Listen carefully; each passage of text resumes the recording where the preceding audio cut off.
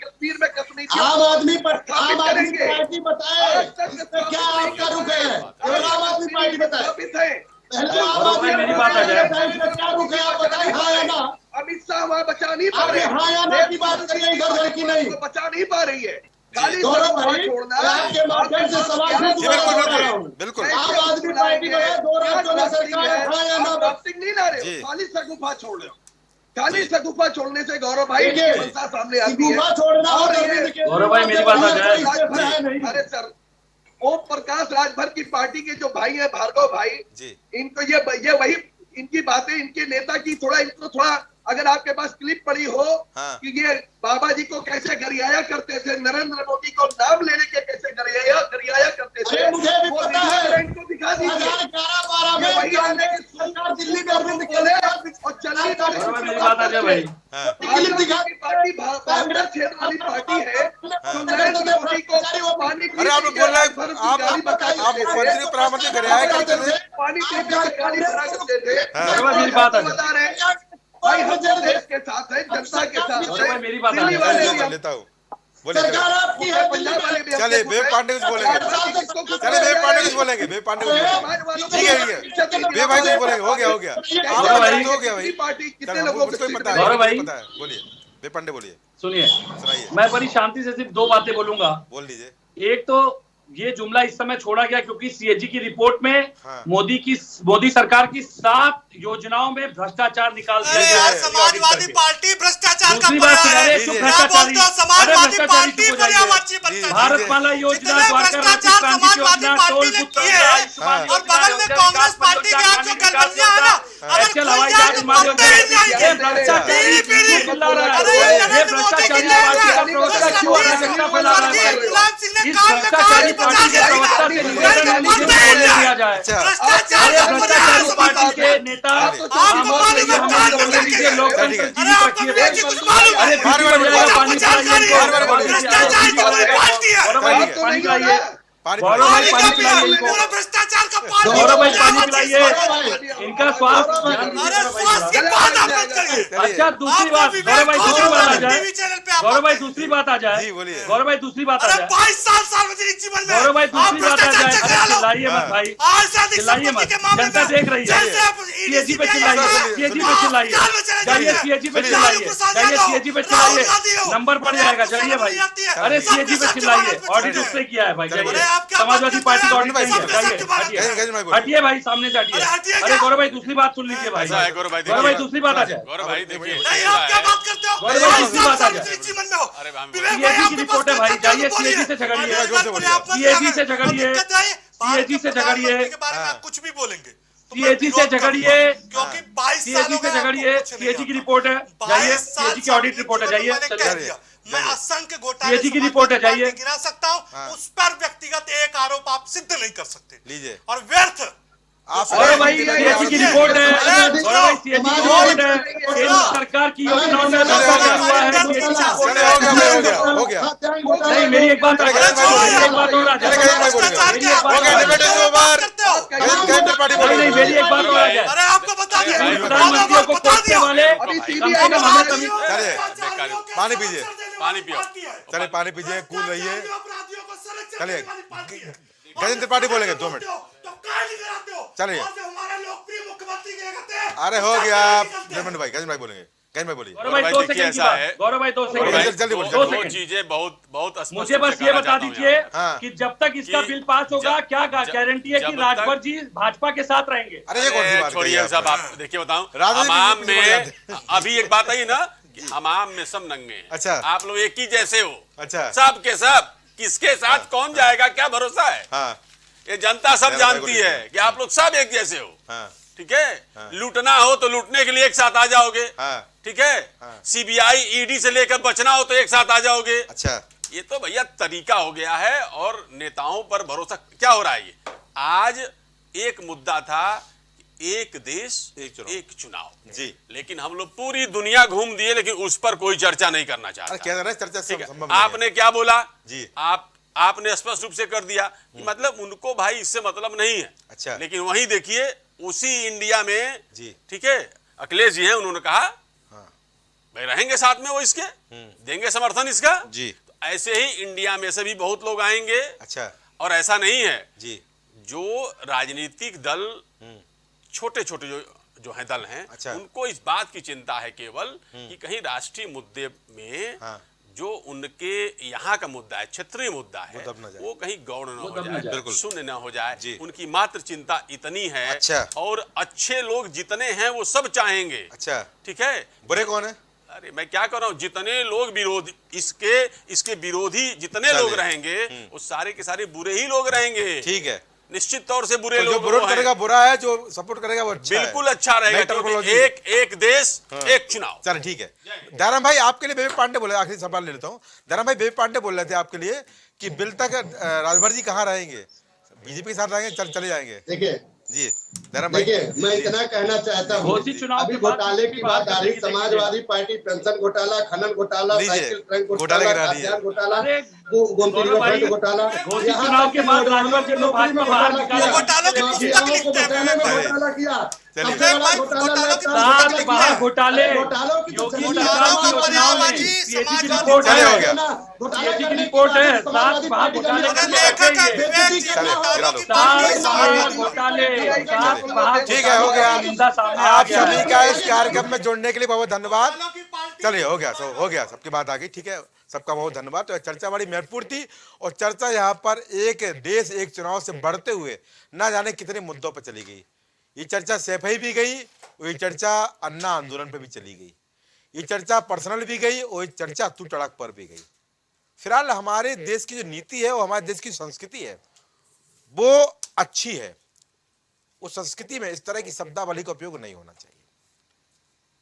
यहाँ बात एक इंसान के लिए नहीं, यहाँ सबके लिए यही बात होती है। हमारा लोकतंत्र विश्व का सबसे बड़ा लोकतंत्र है और इस लोकतंत्र को बेहतर करने के लिए कोई नई चीज लाई जा रही है, अगर वो बेहतर है, अगर उसको सभी लोग समर्थन करते हैं तो समर्थन के बाद वो चीज लाई जा सकती है। पर समर्थन ना करने पर निश्चित रूप से उस व्यवस्था को लाना तानाशाही कहलाएगी, क्योंकि हमारा देश लोकतंत्र चलता है और संविधान ने हमको अधिकार दिए हैं कि हर अच्छी चीज का समर्थन कर सकते हैं और हर बुरी चीज का यहाँ पर विरोध कर सकते हैं। विरोध करना भी जरूरी है और समर्थन करना भी जरूरी है। ये लोकतंत्र की वो दौर है, इनके सहारे ही लोकतंत्र चलता है, क्योंकि समर्थन वाला बात सत्ता पक्ष की बात होती है और विरोध वाली बात विपक्ष की होती है। सत्ता पक्ष और विपक्ष दोनों ही लोकतंत्र पे जरूरी होते हैं और जब लोकतंत्र पे दोनों पक्ष मजबूत होते हैं तभी हमारा लोकतंत्र खूबसूरत कहलाता है और तभी ये विश्व का सबसे बड़ा लोकतंत्र है।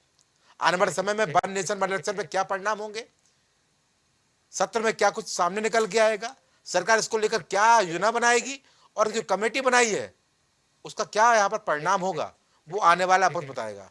पर चूंकि चुनाव 24 के हैं, उससे पहले तमाम ऐसे मुद्दे भी उठते रहेंगे, पर उठने के साथ साथ अगर इन मुद्दों पर समाधान हो और निष्कर्ष मिले तभी इन मुद्दों का हम बेहतर परिणाम प्राप्त कर सकते हैं। अन्यथा केवल भटकाने के लिए अगर मुद्दा लेके आ रहे हैं तो निश्चित रूप से इसकी जरूरत नहीं है। पर अगर वास्तव में हमारे देश की आय व्यवस्था को, हमारे देश की आर्थिक व्यवस्था को, हमारे देश के खर्चे को कम करने के लिए इस व्यवस्था को लाने का सरकार अगर सोच रही है तो निश्चित रूप से इसका स्वागत सबको करना चाहिए, क्योंकि यहाँ पर लाभ सबको होगा और सबसे बड़ा लाभ होगा जनता जनार्दन को, जिसके लिए हम संघर्ष करते हैं और चुनाव लड़ते हैं और जिसके लिए काम करने के लिए सत्ता की सबसे ऊंची कुर्सी पर बैठते हैं। तो आज की चर्चा में इतना ही। नमस्कार।